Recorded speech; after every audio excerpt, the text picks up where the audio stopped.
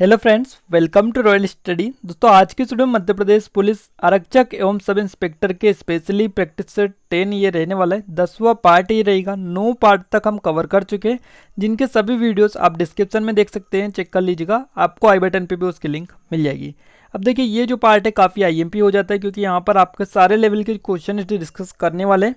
इसके अलावा आप अपना स्कोर भी यहाँ पर चेक कर सकते हैं। तो पहली बार अगर आप इस चैनल पर विजिट कर रहे हैं तो चैनल को सब्सक्राइब करने के साथ साथ आपको बेल आइकन को भी दबाना है, जिससे जो भी नया वीडियो है उसको नोटिफिकेशन भी आपको मिलता रहे। और बहुत से लोग हमें कमेंट बॉक्स में कमेंट करके बता रहे थे कि सर आपका जो वीडियो आता है उसका नोटिफिकेशन हमें नहीं मिलता है टाइम से। तो जैसे ही नोटिफिकेशन आपको मिलना चाहे, जैसे ही वीडियो आए तुरंत से आपको नोटिफिकेशन मिल जाए, तो इसके लिए आपको ये करना होगा कि आपको सब्सक्राइब लिखा होगा, उसके बगल में आपको बेल आइकन यानी घंटे का निशान होगा, उसको क्लिक कर ऑल पर सेलेक्ट कर लेना है। ऑल पर सेलेक्ट अगर आप कर लेंगे तो वहाँ से आपके पास जैसे ही वीडियो नया आएगा तो तुरंत से आपके पास नोटिफिकेशन आ जाएगा। तो इतना सा कर लीजिएगा, बाकी आपको और कोई दिक्कत नहीं है। इतना कर लेंगे तो आपको तुरंत से नोटिफिकेशन मिलेगा। फ्रेंड्स, फर्स्ट क्वेश्चन हमारा आ रहा है कि मध्य प्रदेश में कौन सी जाति जो कि साज के पेड़ और बूढ़ा देव में महुआ के रस और मुर्गा चढ़ाते हैं? इसका आपका सही जवाब क्या रहेगा? सही जवाब आपका रहेगा ऑप्शन नंबर बी, बेगा। अब देखिए, मध्य प्रदेश में ये जो जाति है बेगा जाति है, याद रखिएगा। ऑप्शन नंबर बी यहाँ से आपका सही जवाब रहेगा। देखिए, मध्य प्रदेश में कौन कौन सी जातियाँ हैं, तो देखिए यहाँ पर आपकी कोल जाति भी मध्य प्रदेश की है। इसके अलावा बेगा, कोरकू और इसके अलावा सहरिया, ये भी मध्य प्रदेश की ही जाती है। और गोंड जो है इसको भी मध्य प्रदेश की मानी जाती है। भील जो है ये भी मध्य प्रदेश की है। वहीं अगर हम बात करें मारिया, तो ये भी मध्य प्रदेश की है। सहरिया तो आपको आएगा है। आर्या जो जनजाति है, अगरिया, ये भी आपकी मध्य प्रदेश की। और वो ऐसे बहुत सारी जो जनजाति है वो मध्य प्रदेश में निवास करती है। वैसे अगर माना जाए तो मध्य प्रदेश में सबसे ज़्यादा आदिवासी जो है वो मध्य प्रदेश में ही है। तो ये आप याद रखिएगा। इसके अलावा अगर हम बात करें कुछ और चीज़ों के बारे में स्पेशली, तो हम आपको बताते हैं जो आपके एग्जाम में कई बार जो कि पूछे जाता है। देखिए, ये क्वेश्चन अक्सर आपके एग्जाम में पूछा जाता है कि जो आपकी बेगा जो जनजाति है ये कहाँ पर निवास करती है। तो देखिए, ये जो बेगा जनजाति निवास करती है ये जो बालाघाट जिला है इसमें निवास करती है। इसके अलावा ये जो है मंडला जो आपका जिला है इसमें यहाँ पर निवास करती है। इसके अलावा ये जो है शहडोल जो जिला है आपका, इसमें जो कि निवास करती है। तो बेगा जनजाति का जो स्थान है वो कहाँ पर है? बालाघाट, मंडला और शहडोल, इन जिलों में ये पाई जाती हैं।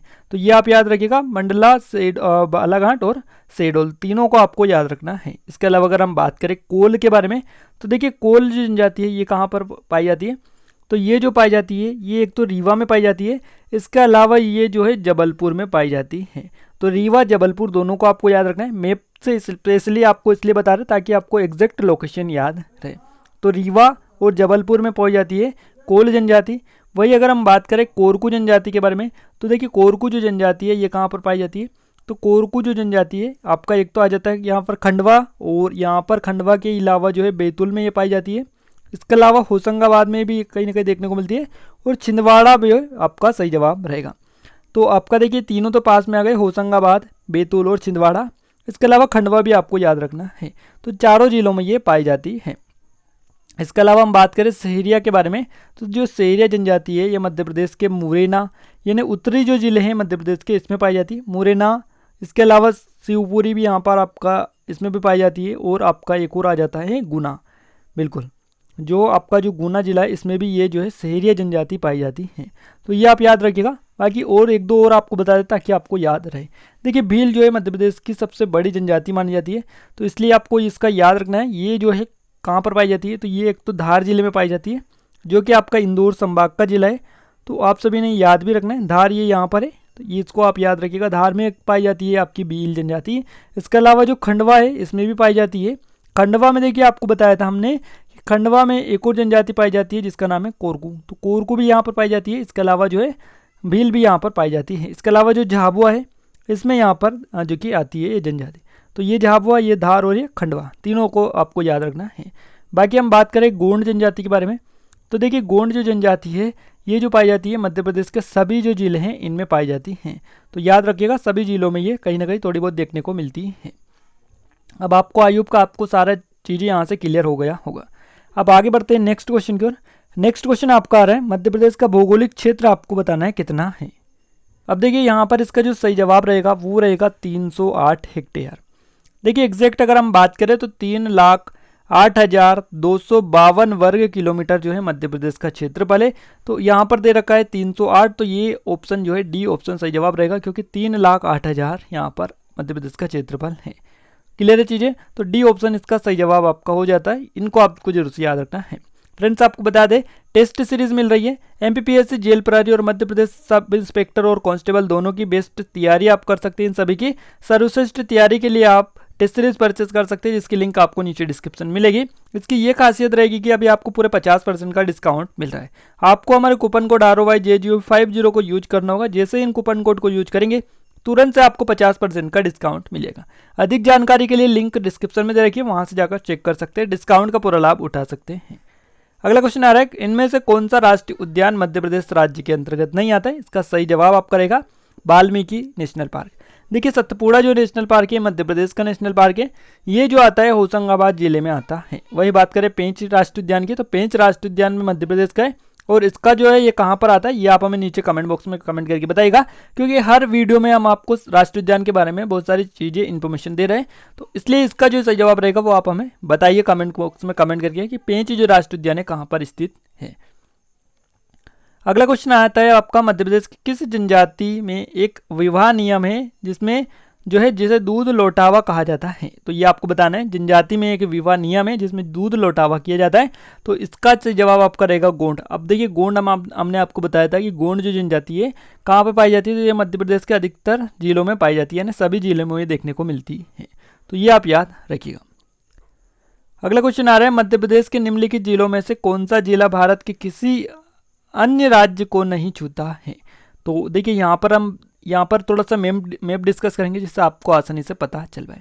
देखिए सबसे पहले ऑप्शन आता है हमारे पास अशोकनगर। तो देखिए यहाँ पर हम अशोकनगर को देखते हैं, तो देखिए यह अशोकनगर जो आता है ये गुना के अंतर्गत आता है। तो गुना जो अशोकनगर है ये यहीं पर है, थोड़ा सा आपको सर्च करना पड़ेगा। तो देखिए ये आपका अशोकनगर है।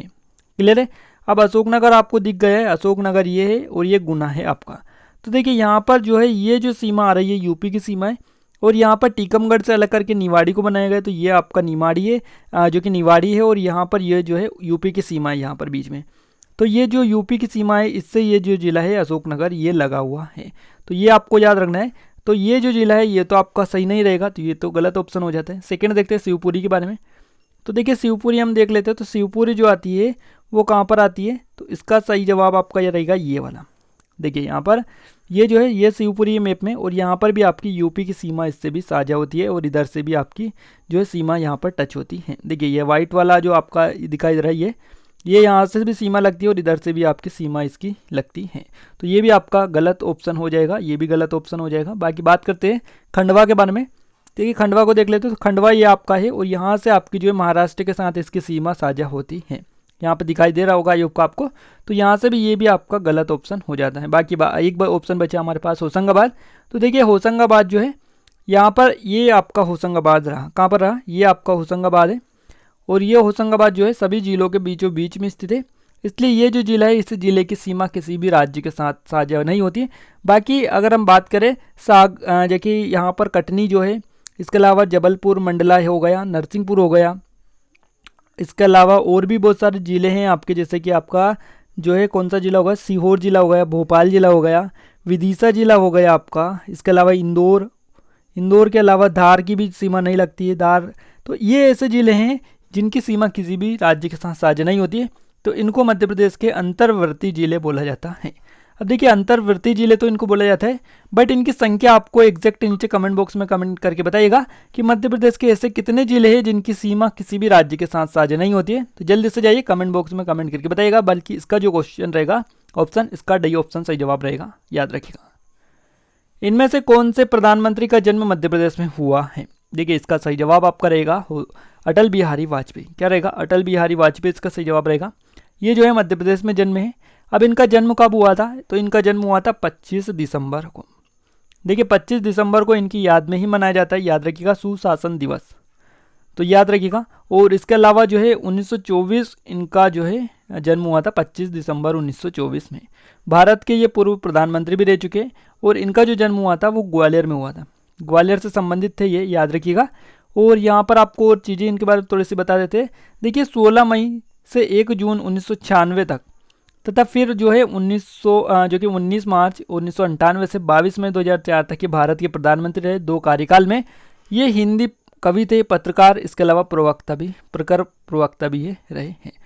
अब देखिए, ये भारतीय जो संघ की स्थापना की थी, जनसंघ की स्थापना जो है करने वाले महापुरुषों में एक ये भी शामिल थे, और इन्होंने जो है 1968 से 73 तक उसके ये अध्यक्ष भी रहे थे भारतीय जनसंघ के।